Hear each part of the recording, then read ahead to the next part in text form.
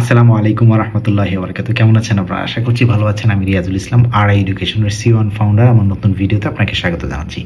আজকে খুবই গুরুত্বপূর্ণ একটি বিষয় নিয়ে কথা বলবো। সেটি হলো মালয়েশিয়াতে স্টাডি করতে আসার আগে আপনি কি আইএলটিএস করবেন নাকি না করে আপনার মালয়েশিয়াতে আসবেন। তো এইটা নিয়ে অধিকাংশ কনসালটেন্সি ফার্ম আপনাকে তথ্যটা দিবে না অথবা তথ্যটাই গোপন করবে। কারণ আপনি আইএলটিএস করলে অনেক সময় বেশি লাগবে এবং আপনার মত ঘুরে যাওয়ার কারণে আপনি নাও আসতে পারেন তাদের মাধ্যমে। এখানে একটা সমস্যা আছে। তো যাই হোক, আজকের এই ভিডিওটি আপনার একটা লাইফ পরিবর্তন করে দিতে পারে। কারণ আপনি যখন মালয়েশিয়াতে আসছেন তখন আপনার করণীয়টি কী? তো আপনার আইএলটিএস এটা মাস্ট।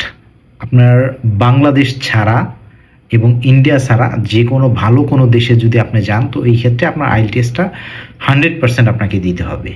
তো এখানে আসি, বিষয়টা হলো আপনারা বলতে পারেন যে অধিকাংশ 95% স্টুডেন্ট আইএলটিএস ছাড়া তাহলে কীভাবে যাচ্ছে।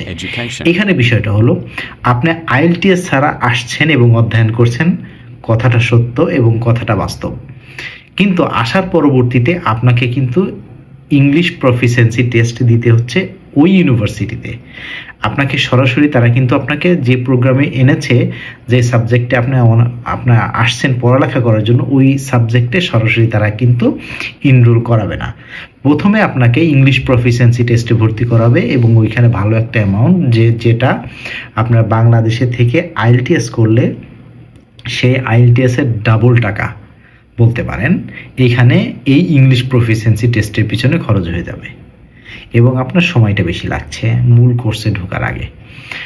আর আপনি যদি বাংলাদেশ থেকে করে আসেন, তো এই ক্ষেত্রে দেখা যায় যে আপনার সময়টাও বেঁচে যাচ্ছে এবং আপনার টাকাটাও কম খরচ হচ্ছে এবং আপনার একটা বড় সম্ভাবনা থেকে যাবে, সেটা হলো আপনার ফান্ড অর্থাৎ আপনার স্কলারশিপের একটা পাওয়ার পসিবিলিটি খুবই বেশি থাকে। যেখানে আপনি যখন ইউনিভার্সিটিতে আবেদন করবেন উইথ আইএলটিএস দিলে, তখন তারা এটাকে খুবই পজিটিভভাবে নেয় এবং আপনাকে বিভিন্ন সুযোগ সুবিধা দেওয়ার জন্য তারা চিন্তা ভাবনা করে বা অনেকেই করেছে, নিচ্ছে, এইভাবে হচ্ছে। তো আপনি চিন্তা ভাবনা করেন যে আপনি কি মালয়েশিয়া আসার আগে আইএলটিএস করবেন নাকি এসে আইএলটিএস করবেন অথবা ইংলিশ প্রফিসিয়েন্সি টেস্ট করবেন। এটা আপনার উপর নির্ভর করে। আমি ভালো এবং মন্দ দুটোই বলেছি এবং আপনার যদি মনে করেন যে উইথিন শর্ট টাইম আমি চলে যাব, আমি আইএলটিএস করব না, সেটা ভিন্ন প্রেক্ষাপট, ভিন্ন বিষয়। আপনি এখানে এসে তার পরবর্তীতে এটা করতে পারেন। আদারওয়াইজ আমি পরামর্শ দিব বাংলাদেশ থেকে আইএলটিএসটা করে আসতে। সকলে ভালো থাকবেন, সুস্থ থাকবেন। আসসালামু আলাইকুম।